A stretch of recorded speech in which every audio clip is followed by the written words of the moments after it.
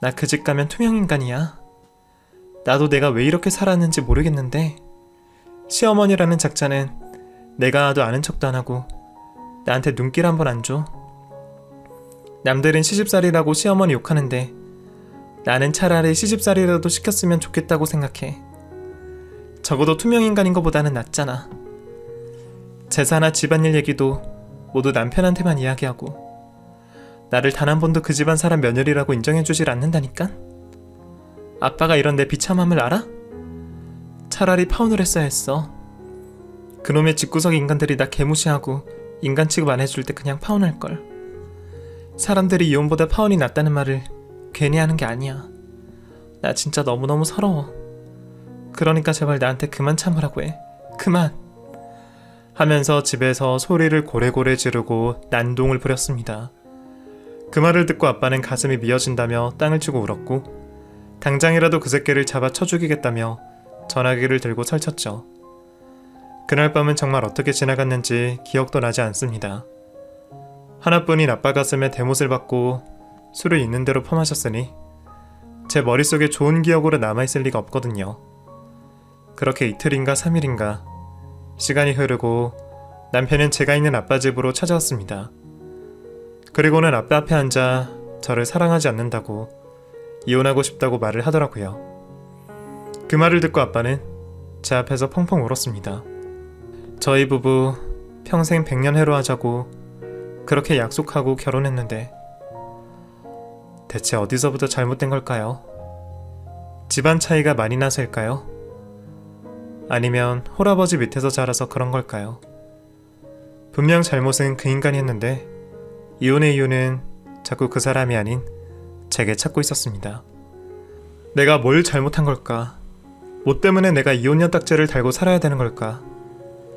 남편이 유부남인 걸 알면서도 남편을 꼬신 그녀는 뭐하는 년일까? 모든 것들이 혼란스럽고 힘들었습니다. 그렇게 저는 결국 남편과 이혼을 했습니다. 물론 이혼하는 과정에 있어서 쉽게 도장을 찍어준 건 아니었어요. 어떻게든 분풀이를 하고 싶어서 상간녀 소송도 이혼 소송도 동시에 진행했어요. 그래서 양쪽에서 나름 쏠쏠한 위자료도 받았지만 그 기간 동안 제가 받은 정신적 상처가 더 컸습니다. 재판을 하는데 저 혼자 나가고 남편은 나오지도 않고 나중에 알고 보니 상간녀와 같이 여행을 갔다고 하더라고요. 그 말을 듣고 진짜 어찌나 화가 나던지 정말 이렇게까지 사람을 비참하게 하나 싶은 생각이 들었죠. 뭐 말도 많고 탈도 많았지만 어찌저찌 이혼도 했고 위자료도 받고 저도 새 출발을 해야겠다고 생각했습니다.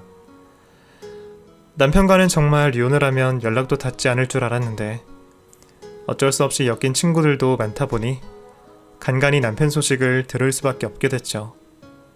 저랑 이혼을 하고 3년쯤 지났을 무렵 남편이 그 상간녀와 재혼을 하려고 했지만 결국 재혼을 하지 못했다는 소식을 모임에서 듣게 됐습니다. 뭐 저와는 큰 상관없는 일이었지만 그래도 솔직히 꼬시기도 하고 재혼을 성공하지 못한 게 다행이라는 생각도 들더군요. 그렇게 이혼이 제 인생에 엄청나게 큰 영향을 줄 거라 생각했는데 막상 하고 나니 생각보다 그렇게 큰 영향을 주지 않는다는 걸 깨달았고 저 혼자서도 충분히 살 수 있을 거라는 자신감이 생겨서 오히려 여기저기 일을 벌리고 다녔습니다. 멀쩡하게 회사를 다니다가 무슨 자신감인지 여성 쇼핑몰이 하고 싶어서 일을 간두고 친구와 함께 동업으로 사업을 시작했습니다. 처음 하는 사업이라 서툴기도 했지만 친구와 함께라 그런지 힘든 줄도 모르고 일을 했던 기억이 납니다. 하지만 제가 바쁘면 바쁠수록 아빠에게 소홀했고 연락도 자주 못했던 기억이 나네요. 하필 제가 가장 바쁠 때 그리고 아빠와 연락을 자주 못했던 그때 아빠가 제 곁을 떠나게 됐거든요. 너무나 갑작스러운 사고였습니다. 응급실에서 전화를 받게 됐는데 아빠의 유일한 가족이 저뿐이라 그런지 교통사고가 크게 났는데 보호자 동의가 필요해서 전화를 걸었다고 하더라고요. 저는 동일할 것도 없이 바로 수술을 해달라고 했고 하던 일을 던지고 바로 병원으로 달려갔지만 9시간의 수술 끝에 아빠는 의식 없이 수술실 밖으로 나오셨고 숨만 붙어있던 상황이었습니다. 그렇게 일주일 정도 병원에 입원해 있었지만 아빠는 의식이 돌아오지 않으셨죠. 아빠 사고가 뺑소니 사고였는데 범인을 잡기 전까지 엄청 오랜 시간이 걸렸던 걸로 기억납니다. 하지만 제게 중요한 건 범인이고 뭐고 그런 것들은 하나도 눈에 들어오지 않았습니다. 살면서 장례라는 건 해본 적도 없었고 어찌됐든 제 손으로 아빠를 보내드려야 되는데 어떻게 해야 할지 하나도 모르겠더라고요. 우선 급한 대로 부고 소식을 여기저기 알렸고 장례 첫날부터 친구들이 와서 많이 도와줬습니다. 교대로 돌아가며 휴식을 취하는데 친구 한 명이 그러더군요. 야, 근데 그 인간은 안 온대? 네 전남편 분명 아버지 부고 소식을 알 텐데 어째 얼굴 한번 안 비추냐? 아무리 이혼한 사이라지만 그래도 한때 장인이었던 분이 돌아가셨는데 당연히 와야 되는 거 아니야? 하고 말을 꺼냈습니다. 그 말을 들으니 그제야 생각이 나더군요. 그러자 옆에 있던 친구가 그러게 아무리 둘이 소송하고 안 좋게 끝났어도 그렇지 상식적으로 조금 너무하긴 하네. 연락도 없어? 하고 묻는데 저는 아무 말도 못했습니다. 솔직히 그 사람이 올지 안 올지도 모르겠고 온다고 해도 좀 이상하고 안 와도 화가 날 것 같다는 생각이 들었거든요. 그렇게 장례 마지막 날이 됐습니다. 친구 한 명이 제게 달려와서는 야, 왔어 하며 전남편과 시어머니가 왔다는 얘기를 해주더군요. 심장이 두근거렸습니다. 올 것이 왔구나 싶었죠. 그렇게 전 남편은 오자마자 제 손을 잡고는 고생했다, 고생했어, 괜찮아? 하며 저를 위로해 주었습니다. 그 말 한마디가 어찌나 큰 위로가 되던지 그래도 가족이었다고 한때 사랑했던 사람이었다고 저를 따뜻하게 위로해 주는데 너무 고마웠습니다. 그런데 전 남편이 그러더군요.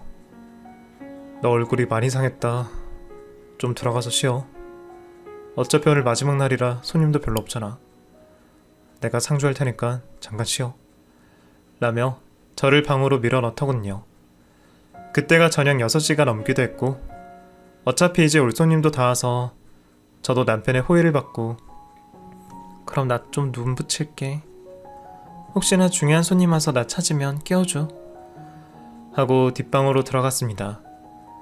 잠깐 눈만 붙인다는 게 얼마나 잤는지 기억도 안 났고 자고 일어나니 시계는 밤 10시를 가리키고 있었습니다.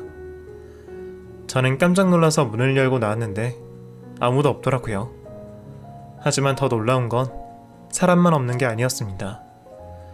장례식장 입구 앞에 뒀던 부조금통도 보이지 않더라고요. 저는 그 자리에서 바로 전 남편에게 전화를 걸었는데 전화기가 꺼져 있었습니다.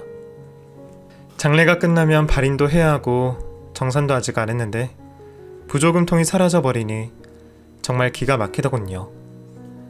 저는 바로 로비로 달려가서 저기 혹시 202호 CCTV 좀 볼 수 있어요? 부조금통이 사라져서요. 빨리요. 하고 CCTV 확인을 요청했죠. 그런데 세상에 남편과 시어머니가 부조금통을 들고 여유롭게 걸어 나가더라고요.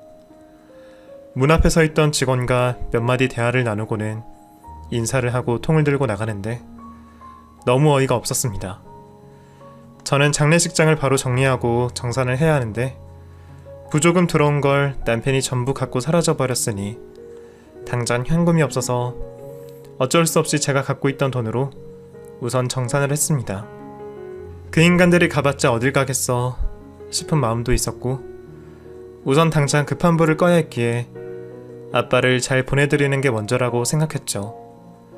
우선 발인을 하고 장지까지 아빠를 모셔다 드리고 이래저래 유품까지 정리하고 나니 일주일이 후딱 가더라고요. 전 그때까지 남편에게 연락하지 않았습니다. 어차피 증거는 확보돼 있고 그 인간들이 부조금통을 훔쳐가는 게 CCTV에 전부 찍혀 있으니 경찰에 고발만 하면 끝이라고 생각했거든요. 아빠가 살던 집과 유품도 전부 정리하고 나서 저는 시어머니가 살고 있는 집으로 찾아갔습니다. 문 앞에 서서 벨을 누르는데 너무나 태연하게 문을 열고 시어머니가 나오더라고요. 어머니, 제가 왜 오셨는지 아시죠? 하고 물었더니 저를 한참 쳐다보시는 겁니다. 모르겠는데? 왜 왔니? 야 아들, 나와봐라. 우리 집에 웬 손님이 왔다? 하면서 모른 척을 하는 겁니다. 그렇게 남편과 시어머니가 저를 문 앞에 세워두고 집 안으로 들여보내지 않더라고요. 전 남편은 저를 보더니 왜 왔어? 하고 아무것도 모르는 표정을 짓는 겁니다. 내가 진짜 왜 왔는지 몰라? CCTV에 다 찍혔어. 부조금통 왜 들고 갔어? 아니 나 진짜 기가 막혀서. 대체 그걸 왜 들고 간 거야? 뭐 때문에? 하고 물었더니 무슨 소리야? 그걸 내가 왜 들고 가? 너 혹시 아버지 돌아가셔서 미친 거 아니야? 약간 정신이 어떻게 됐어? 하고 저를 미친 사람 취급하더라고요. 저는 휴대폰을 켜고 그 자리에서 동영상을 보여주며 이걸 보고도 그런 말이 나와? 여기 봐. 이거 너랑 어머니잖아. 끙끙대면서 들고 가는 거 안 보여? 아니, 대체 이런 짓을 왜 한 거야? 너 돈 없니? 거지야? 훔쳐갈 게 따로 있지. 어떻게 부조금을 훔쳐갈 생각을 해? 네가 그러고도 사람 새끼냐? 내가 진짜 네가 장례식장에 와서 잠깐이라도 고맙다고 생각하고 너한테 위로받았던 내가 미친년이지. 너 같은 새끼한테 고맙다는 감정을 느낀 내가 미친년이야. 돈 어딨어? 그 돈 어딨냐고. 하면서 두 사람을 밀쳤더니 시어머니가 제 어깨를 탁 밀치면서 그래, 말이 나왔으니 나도 말하자. 솔직히 그 돈 뭐 얼마 되지도 않는다만 우리가 가져온 건 맞아. 근데 우리가 받아야 될 돈 아니니? 너 결혼하고 나서 우리 집에서 가져간 돈이 얼만 줄 알아? 그 돈의 몇 배는 될 거다. 없는 집 딸년 데리고 와서 최고급 호텔에서 결혼시키고 신혼집 마련해주고 신혼여행비까지 다 됐어. 그리고 매번 명절 때마다 우리 집에 와서 처먹고 자고 어른들한테 돌아가면서 돈 받고 그 돈 다 하면 너희 아버지 죽은 부조금보다 몇 배는 될 거다. 내가 그 돈이 얼마나 아까웠는지 알아? 근데 너한테 그 돈 갚으라고 하면 그걸 갚을 수는 있겠어? 네 아버지가 3번, 아니 10번 죽어도 그 돈 다 못 갚아. 난 하나도 잘못한 거 없고 어차피 우리는 받을 돈 가져온 거니까 개소리 짓거리지 말고 당장 꺼져. 하고 저를 밀쳐내고 문을 닫아버리더라고요. 너무 기가 막혔습니다. 도둑년 놈 주제에 당당하니까 할 말이 없더라고요. 제 손에 피 묻히느니 경찰 도움을 받자 싶어서 저는 바로 경찰서에 신고를 했고 같이 출동해달라고 했습니다. 그렇게 한바탕 난동이 벌어지고 결국 저희 셋 다 조사를 받으러 경찰서까지 왔네요. 그런데 조사를 받는 중에 충격적인 사실을 알게 됐습니다. 조사 중에 남편의 사업이 잘 풀리지 않는다는 사실을 알게 됐고 회사가 부도가 났다는 사실도 알게 됐죠. 이미 꽤 오래됐고 남편이 재혼을 하지 못한 이유도 회사 부도가 나자마자 사귀던 격리 여자가 헤어지게 된 거라고 하더군요. 심지어 돈도 없어서 부동산에 집도 내놓은 상태인데 팔리지 않아서 현금을 마련하지 못하는 상황이라고 했습니다. 그 말을 들으니 왜 저희 아빠 장례식장까지 찾아와서 그 짓거리를 했는지 하나씩 이해가 가기 시작했습니다. 그런데 그놈의 알량한 자존심 때문인지 시어머니의 당당함에 저는 정말 기가 막히더군요. 경찰서에서도 끝까지 우리 집이 망한 게 아니라니까요. 그냥 잠깐 빌린 거예요. 잠깐. 사돈이잖아. 사돈한테 돈 빌리는 게 잘못된 건가요? 갚을 거라고요. 근데 제가 저희 집까지 찾아와서 시민한테 겁주고 CCTV를 들이밀면서 협박한 건 뭐 이건 어떻게 고소 못하나요? 진짜 너무 억울하고 답답합니다. 안 그래도 저희 집 사업이 부도가 나서 속이 쓰려 죽겠는데 사돈 돈 좀 빌려간 게 그렇게 잘못한 일인가요? 하면서 울고불고 아주 생쇼를 하더라고요. 그 모습을 보니 정말 기가 차더군요. 그나마 다행인 건 부조금 찾으러 찾아갔을 때 그때 나눈 대화를 제가 다 녹음했다는 것이었습니다. 저렇게 말도 안 되는 소리를 하니 어쩌겠습니까? 결국 법의 힘을 빌릴 수밖에 없었죠. 저는 CCTV와 녹음 파일을 증거로 두 사람을 사기 도난죄로 고소를 했고 결국 재판까지 서게 했습니다. 정말 제가 살면서 법원에 들락거릴 일이 진짜 없는데 저놈의 집구석 때문에 대체 몇 번이나 법원을 간 건지 살다 진짜 별일을 다 겪어봅니다. 변호사 소송 비용도 아깝고 저 혼자 어떻게든 해보려고 했지만 그게 쉽지 않아 결국 변호사 도움을 받아서 다행히도 제 돈을 다시 돌려받을 수 있다는 판결을 받았습니다. 그런데 웬걸 더 충격적인 건 시어머니와 남편 통장 둘 다 확인해보니 합쳐도 전 재산이 1,000만 원도 안 되더라고요. 전 남편이 저를 붙잡고 울고불고 하며 하는 말이 아버님 부조금 그게 우리 전 재산이야. 민희야 진짜 지금 우리 현금이라고는 하나도 없어. 그게 전부야. 그러니까 우리한테 조금만 시간을 주면 안 될까? 돌려줄게. 우리가 몇 배로 갚을게. 우리 돈 없으면 정말 현금 하나도 없어. 우리 엄마 살 빠진 거 보여? 몇 날 며칠 맨날 라면만 먹고 있어. 나도 마찬가지고. 그러니까 네가 우리 좀 봐주면 안 될까? 우리 그래도 한때 부부였잖아. 사랑하는 사이였잖아. 근데 이 돈 1,000만 원이 그렇게 아까워? 너랑 이혼하고 너한테 보낸 위자료의 반도 안 되는데 이게 그렇게 아까워? 그러니까 민희야 네가 우리 좀 도와줘. 부조금 훔친 거 진짜 잘못했어. 우리가 오죽하면 그랬겠어? 그러니까 우리 그냥 좋은 게 좋은 거라고 좋게 하자. 하고 제 앞에서 빌더군요. 미쳤어? 웃기지 마.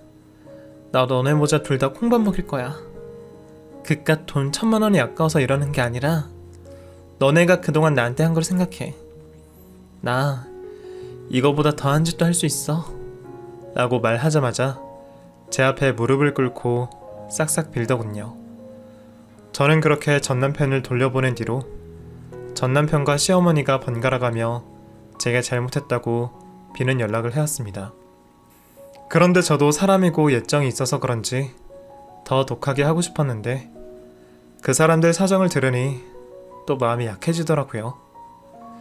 결국 저는 두 사람과 합의를 선택했고 제 돈을 돌려받는 것으로 마무리를 했습니다.